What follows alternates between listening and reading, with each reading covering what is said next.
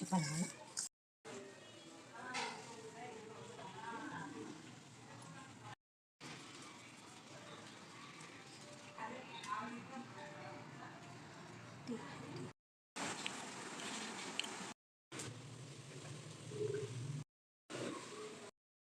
Hi అండి, మినపప్పుతో సున్నుండలు చేసిన ఫస్ట్ టైము, ఎప్పుడు చేయలేదు, ఫస్ట్ టైం చేసిన. రావనుకున్నా కానీ కుదిరినాయి. కొంచెం నెయ్యి ఎక్కువ వేసుకుంటే ఉండగట్టడానికి మంచిగా వచ్చేస్తుంది.